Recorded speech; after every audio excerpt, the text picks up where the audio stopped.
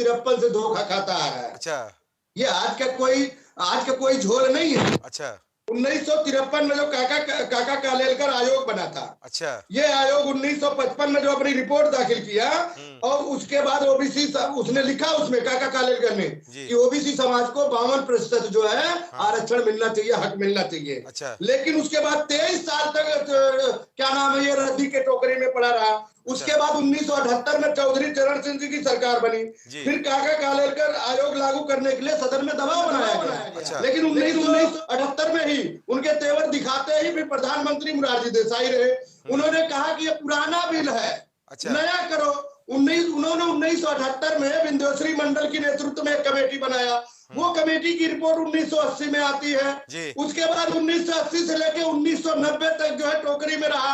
उसके बाद मंडल आयोग ने इस टोकरी को पड़ी रही। फिर उसके बाद पिछड़े वर्ग के लोगों ने जब पूरे देश में 1990 में एक प्रकार का आंदोलन चला, तो उस आंदोलन के उस समय प्रधानमंत्री थे स्वर्गीय बीपी सिंह जी।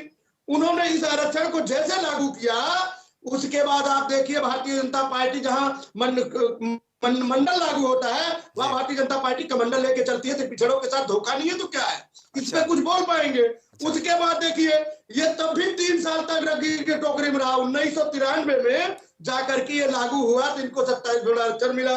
उसके बाद जब ये मिला तो उसके बाद 2001 में उत्तर प्रदेश के मुख्यमंत्री, आज के रक्षा मंत्री आदरणीय जो है राजनाथ सिंह, उन्होंने एक रिपोर्ट बनाई, सामाजिक न्याय समिति की रिपोर्ट। सामाजिक न्याय समिति की रिपोर्ट को उन्होंने 3 कैटेगरी में करने का काम किया, लेकिन उनकी सरकार चली जाती है। उसमें पिछड़ा को 7% था, पिछड़ा को 9, सर्वाधिक को 11 था।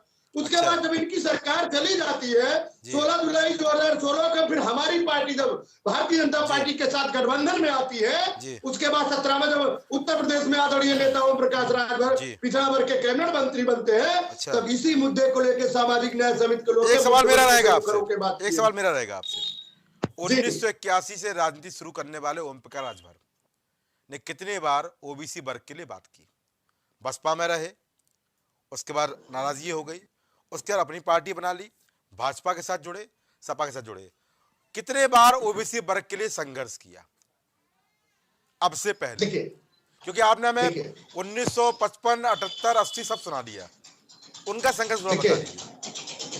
मैं आपको संघर्ष नेताजी का अगर उठा के देख लीजिए, इतिहास अगर आप देखेंगे, बहन कुमारी मायावती जी की सरकार में जब अलग हुए थे, तो जो आज संत कबीर नगर बना हुआ था, वो जो महाराज भरो की वहां कोठी थी, उसके नाम पे भदोही हुआ करता था। नेताजी ने यही कहा कि ये मेरे पिछड़े समाज के नाम पे भदोही है, इसको चेंज मत करो। तो बहन जी ने कहा नहीं, अब हमने घोषणा कर दिया ये संत कबीर रहेगा। नेताजी ने कहा तुमसे मैं अलग जाता हूं, मैं इसी को लेकर के चलूंगा।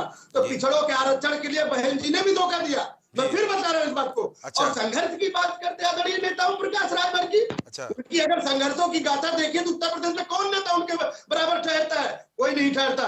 जिस नेता ने शुरुआत से लेके आज तक उन वंचित समाज के लोगों के हक और अधिकार को लड़ाई लड़ने के लिए जेल में गए, थाने में गए, लठ खाए, पिटे कितने, अनेक उनकी वीडियो है, धरना प्रदर्शन उनका देख लीजिए।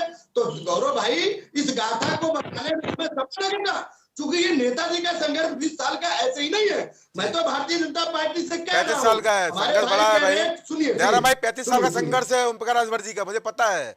मैं यहाँ संघर्ष की बात नहीं कर रहा हूँ, मैं कह रहा हूँ कि संघर्ष अपनी जगह है। और जिस ओबीसी वर्ग के लिए आप लगातार सपा, भाजपा, कांग्रेस, बसपा सबको घेरते हैं, उसके लिए आप कितनी बार संघर्ष में हुए हैं, कितनी बार धरातली संघर्ष हुआ है? जी, आप हमारी रैलियां देख लीजिए ना भाई, वो तो सोशल मीडिया पे व्याप्त है। अच्छा, हम तो वंचित समाज, पिछड़े समाज की लड़ाई के लिए हमेशा लड़ रहे हैं, गरीबों के लिए लड़ रहे हैं।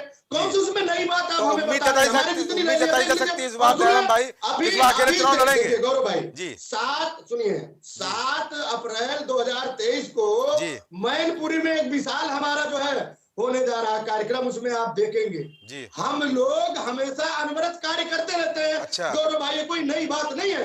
हम तो जनता के बीच में है, उत्तर प्रदेश के जो 25 करोड़ जनता उनके बीच में हक, अधिकार, महंगाई, शिक्षा, स्वास्थ्य, रोजगार, दवाई को लेकर के हमेशा मुखर रहते हैं। और दूसरी बात, हम सत्ता में थे तब भी प्रश्न करते थे, हम विपक्ष में तब भी प्रश्न करते हैं, लेकिन जिस सामाजिक न्याय समिति की रिपोर्ट को लेकर के हम भारतीय जनता पार्टी से लड़ते रहे और भारतीय जनता पार्टी उसको लागू नहीं करी, तो पिछड़ों को हक अधिकार कैसे भारतीय जनता पार्टी? मैं मान सकता हूँ तो मैं मान सकता हूँ ओम प्रकाश